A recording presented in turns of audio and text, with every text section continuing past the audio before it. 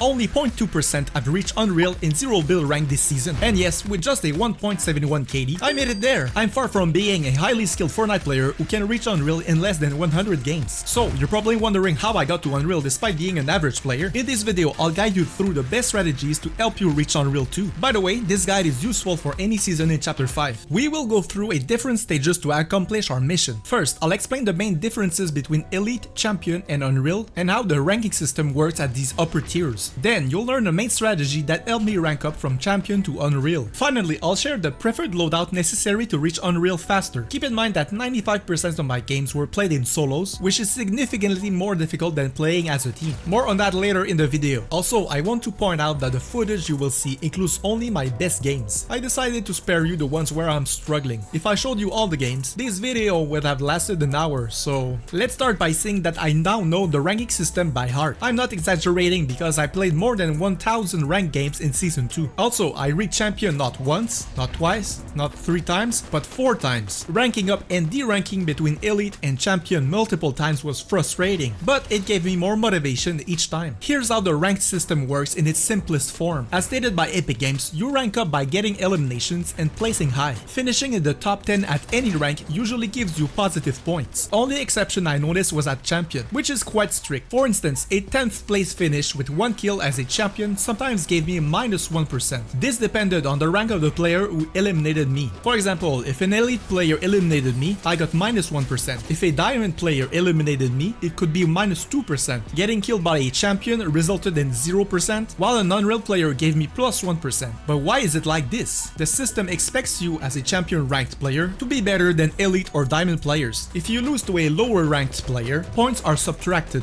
Conversely, if you face an Unreal player as a champion, you're considered the underdog. The game expects you to lose so you don't lose points in that case. Winning against an Unreal player gives you a small bonus, such as +1%. To be honest, I'm not sure if this feature is beneficial for the ranked system. What if a Diamond player who was top 50 in Unreal last season but didn't play much this season eliminates me? Sometimes lower ranked players were simply better mechanically, and it was disheartening to realize I was ranked higher than them. These situations always resulted in negative points. However, it makes sense for the system to work this way because lower ranks would be more challenging to climb otherwise. I'm okay with all ranks except Champion. They stated at the beginning of the season that reaching Unreal would be harder, and it showed. Ranking up as a solo champion player was really tough. As I mentioned earlier, ranking to Unreal is more challenging solo because you can't be rebooted. One simple mistake and you're out, back to the lobby. No second chances. Getting killed off spawn and finishing outside the top 75 in solos is common and can subtract at least -5% from your total. This is demoralizing, especially when a 25-minute match with a stacked endgame and 3 kills gives you +5%, only to lose that progress 2 minutes later in the next game. Playing in duos felt different. The possibility of being revived improves your final placement, minimizing the risk of significant point losses. Coordinating with a teammate makes fights easier because you can time your moves together. There are many benefits to playing ranked as a team, so find a few teammates to grind 0 build rank with. Now, let me explain a common scenario for Elite or Champion players. You land at your POI and it is packed. You get 3 kills in the first 5 minutes despite a bad loadout and third parties, also replenishing your HP and shields. The mid game is intense. You secure the radio tower but are under constant pressure. You fight your way to a bunker as the third zone starts and finally have a solid loadout. Then, while rotating to the next circle, you get headshot sniped. No chance to defend yourself and you finish 16th with 4 kills, earning a mere +2%. Sound familiar? The reason is because early game kills aren't worth as much as late game kills. In this example, 3 Diamond players' kills at the start don't translate to many points. Late game kills, especially those in the top 10, are the most valuable. If you kill Unreal or Champion players in that range, you earn more points compared to eliminating a bunch of Diamond players. Can you know the ranks of players before fighting them? Actually, you can check the kill feed and make a guess, but focus more on your final placement. You have more control over this than over the ranks of your opponents. We'll discuss this in more detail soon. To make 0 build ranked feel more rewarding, why not give bonus points for mid-game objectives? This was a thing in Chapter 4, so why not bring it back? Capturing the flag at Loot Island was rewarded in past FNCS tournaments. Adding a mythic weapon to Loot Island and rewarding high-risk mid-game POIs through the ranking system could be beneficial. For example, a +2 bonus at the end of the game if you are champion, and let's say +5% if you are platinum. Include spots like radio towers, bunkers, and even the train. The train needs better loot or a boss with a medallion to make it more appealing. If you want to learn more 0 build tips and tricks and are looking to improve your game, then why not subscribe to my channel? Also, if you wanna see more videos like this one, then click on the like button.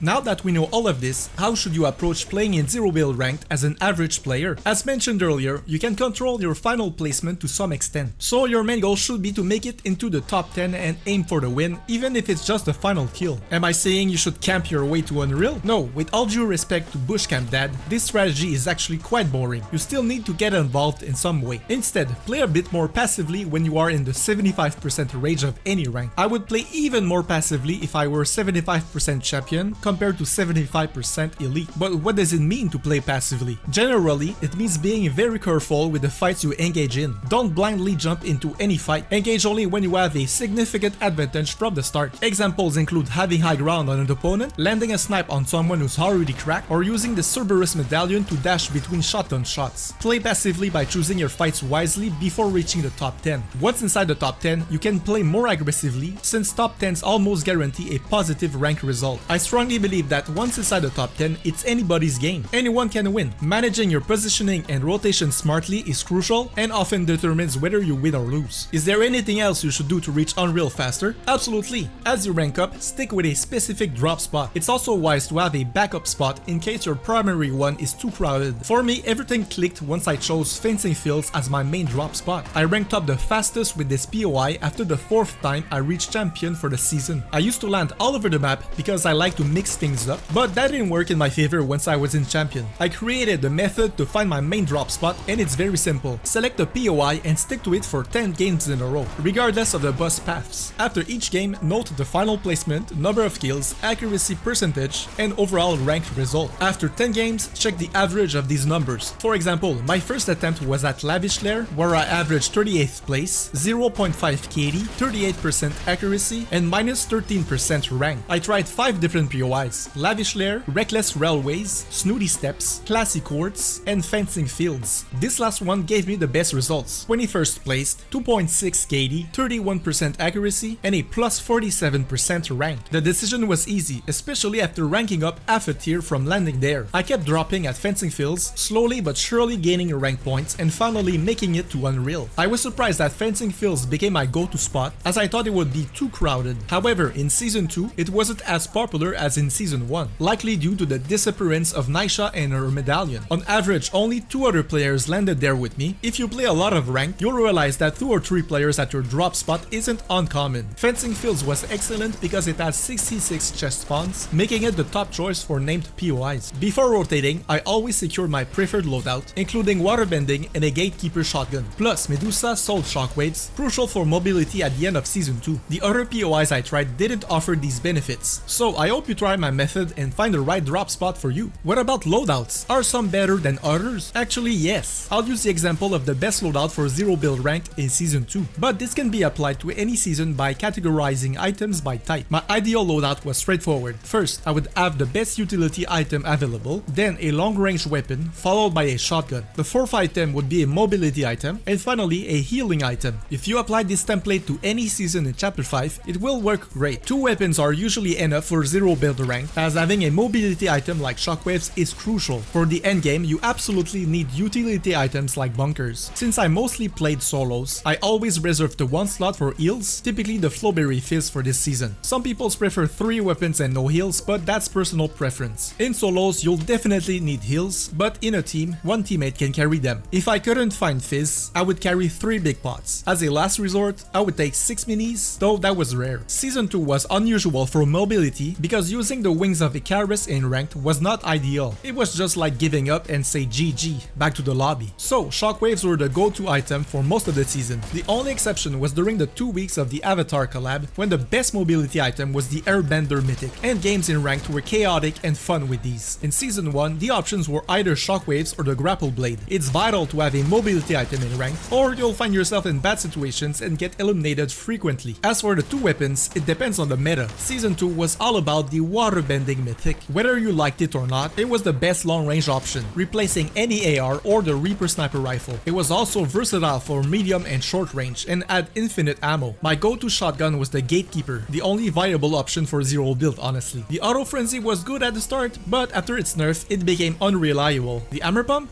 It just wasn't good enough. As you can see, I used the best available weapons at the time, and this can be applied to any season. Maybe you're watching watching this video and the current meta is about using a rifle and an SMG. Just make sure you pick 2 weapons and not more. By the way, I have made a playlist of similar videos like this one where you will learn how to rank up in zero build ranked. You can see it on screen right now, click on it and see you on the next one you picked.